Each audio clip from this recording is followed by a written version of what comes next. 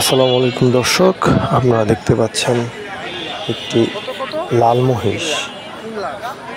তো এই মহিষ আমি আগে কখনো দেখিনি, এই প্রথম দেখতে পাচ্ছি।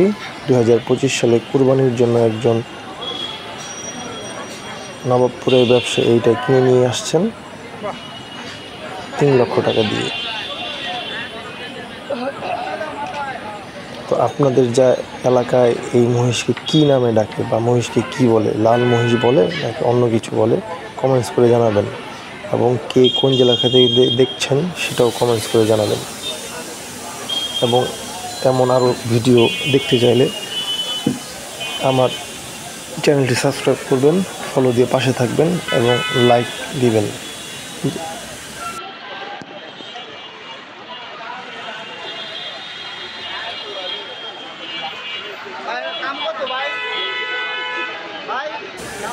ধন্যবাদ ভিডিওটি দেখার জন্য।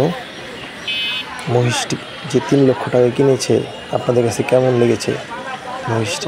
পালা বিক্রি করবো না, ফার্ম থেকে আনছে আর কি। পালা